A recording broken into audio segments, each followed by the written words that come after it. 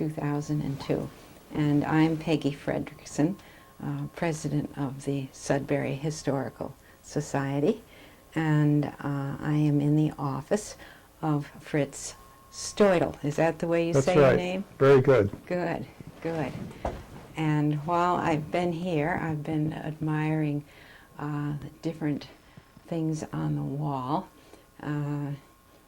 Maybe you could point out, and you can get up and walk around and tell me what they are. Yeah, this is the first Excellence in Technology Award that was issued in '88, which came with a cash prize that I was able to donate to Rutgers University and get a scholarship in my name there. And that was a very gratifying experience.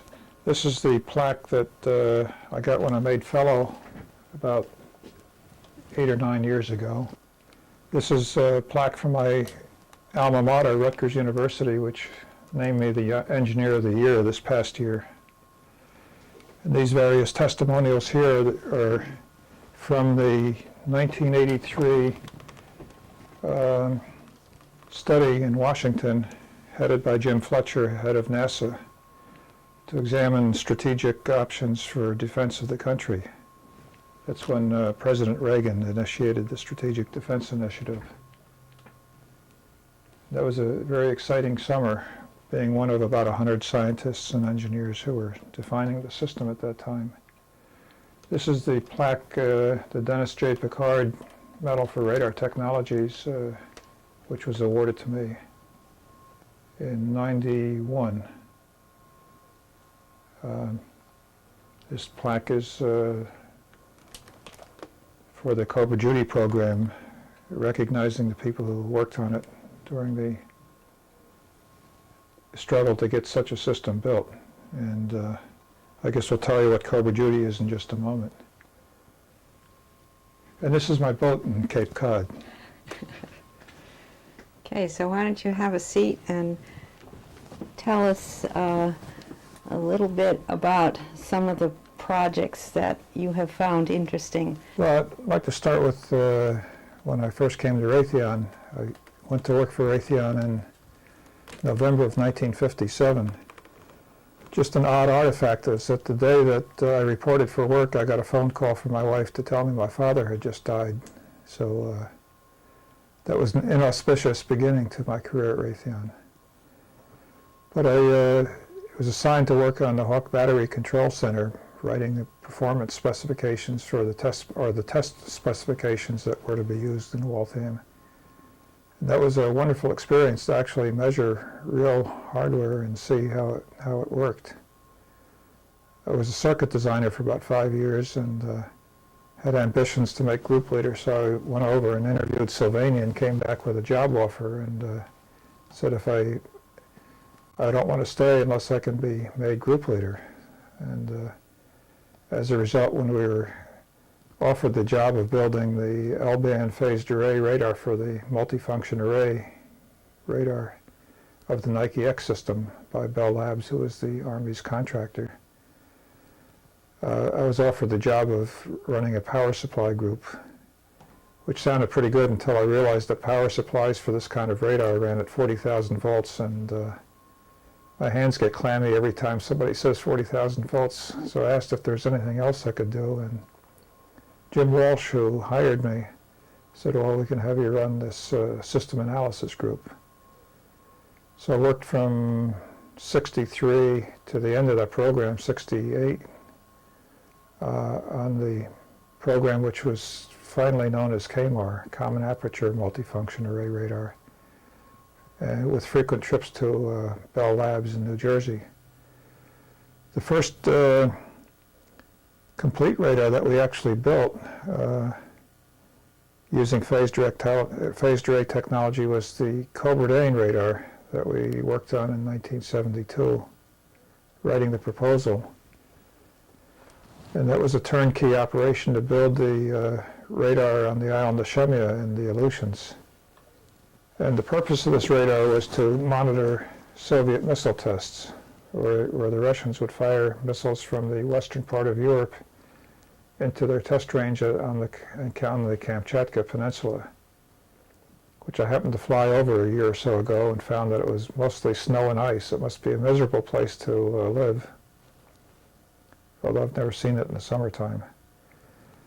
That program was when I first went to work for Dennis Picard, who took over the Array Radar organization, and Joe Shea had just become vice president and head of the equipment division. That radar was believed by the Army, who had previous experience in building big radars, as being incredibly underpriced, but just to put the problem in perspective, we proposed a radar for some $35 million in '72, which actually overran slightly, but I think we still made money on it. That was a building, the radar was housed in a multi-story building about 100 feet high with traveling wave tube transmitters and phase shifters that took the RF energy and focused the array aperture so that the beam could be steered electronically. In other words, none of these phased array radars operate the way the radars do that you see at the airport that are rotating. These are fixed installations, and the beam is formed electronically so that in a few millionths of a second you can actually move the beam from one location to another. That radar was very useful in providing data on the Russian missile tests to tell what kind of missiles they had and what kind of warheads they were flying. But it tracked targets only outside the Earth's atmosphere because it was far enough from Kamchatka that anything for the last 100 kilometers or so would be below the radar horizon. And we had promoted the idea of building a radar on a ship that would permit measurements to be made in the endo-atmospheric region, where the atmosphere is sufficient to interact with the targets re-entering and provide valuable data on discerning what the weight of these missiles were and what their potential yields were. And this was very important to gather data to support the agreements with Russia on what we were building. That was even before the strategic arms talks got started. But this ship is the observation island you see here in Boston Harbor being retrofitted. This is the big S-band 3000 megahertz frequency radar, which forms an agile beam. It would sail up and down the coast of Kamchatka, rotating the radar mechanically every time it made a U-turn to stay within range. These are the intelligence collection antennas for communications. This radar we've got, wrote the proposal about the 1976 time frame and got it built by about 1978. And it's still in service, gathering useful data. The Russians, by the way, are still flying ballistic missiles for test programs. People think that their military has collapsed completely, but that's not really true.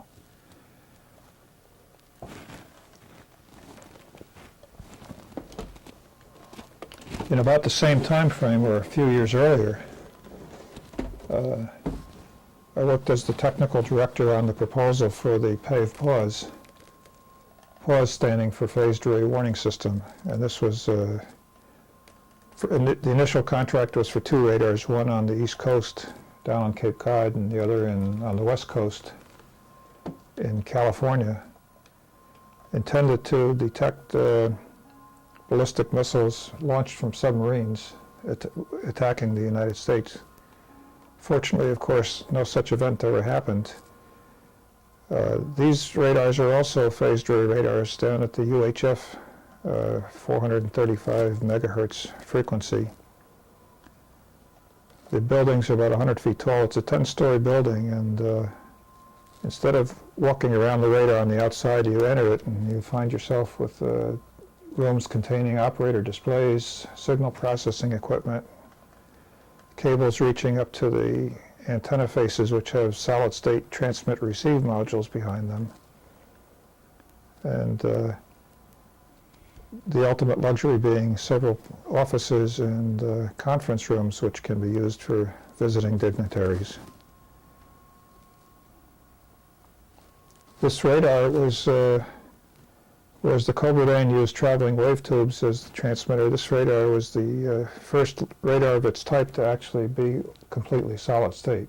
The solid state modules contain a duplexing switch, transmitter amplifier, duplexer and receive chain that provides both transmit and receive signals from the exciter or receiver equipment and transmit back to the receiver and signal processing and data processing and receive. This radar, if you want to get some idea how far it can see, it would roughly see a basketball-sized target over St. Louis from the Cape. Much longer range for bigger targets.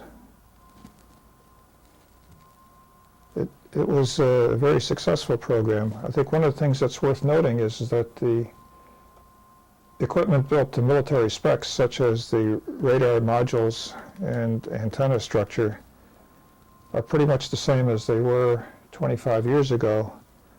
What's happened is that the government has accepted the idea, or for some time now, has accepted the idea that signal and data processing equipment might be bought more effectively using commercial components, and that's what's happened with this radar. That's the good news, is you can benefit from the commercial development of electronics. The bad news is that the commercial equipment becomes obsolete quickly. So there have been a couple of replacements of the computer and data processing and software upgrades. These radars, there are two more radars built, one in Georgia and one in Texas, which are no longer being used.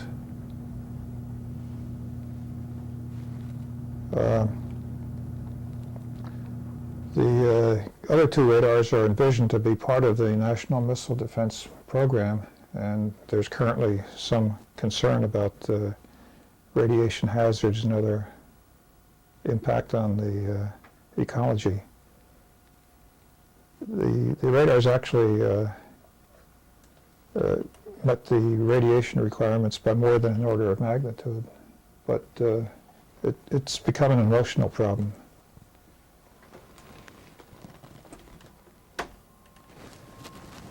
Since that series of radars, I think I mentioned that that was part of the one of 1983, which was President Reagan's initiative to jumpstart the defense program in the area of missile defense, which has always been a controversial issue. That program initially visualized lasers and other weapons in space to defend the country, and over the years it's moved back to a more conventional approach, namely rocket-fired interceptors and ground-based radars. But even that remains a controversial issue.